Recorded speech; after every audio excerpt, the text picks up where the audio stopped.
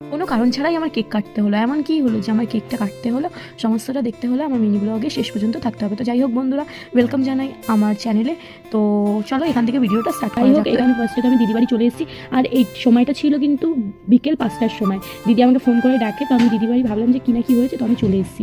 এসে দেখি যে এখানে দিদি কিন্তু কেক রেডি করে রেখেছে, আমার কেক কাটাবে। আমি বলছি কেন, কোন দুঃখে বা কোন খুশি? তখন দিদি বলছে যে কেক কাটার জন্য কোনোদিন খুশি লাগে না, আজকে কেন জানি না আমার মন ভালো, যার জন্য আমি কেকটা এনেছি, চল বোন তুই কাট। আর আমি প্রত্যেকটা জিনিসে কিন্তু আমার দিদি কিছু করলেই কিন্তু ফার্স্টেই আমাকে ডাকে, যে কোনো জিনিসে। আর এই জিনিসটা মানে ভাই বোনের মধ্যে, দিদি বোনের মধ্যে কিন্তু থাকে। তো যাই হোক, এখানে মাও চলে এসেছিলো, মাও ভয়তে চলে এসেছিলো যে কী হয়েছে কী হয়নি, ঠিক আছে, এইভাবে ডাকছিলাম। তো আমি গেছি যখন, তখন দিদি কিন্তু আমার কাছে মানে আমাকে দিয়ে কিন্তু কেকটা কাটিয়ে দিয়েছে। তো আমরা কিন্তু কেক খেতে খুবই পছন্দ করি। ওই দেখো, আমি তো ফার্স্টে কেক খাওয়া স্টার্টও করে দিয়েছি, ঠিক আছে। তো যাই হোক বন্ধুরা, তোমরা এরকম বাড়িতে কারা কারা এরকম সেলিব্রেশন করো অবশ্যই কমেন্ট করে জানাও। সত্যি কথা বলো তো, তোমরা কি ভাবলে যে আমার জন্মদিন, তাই না?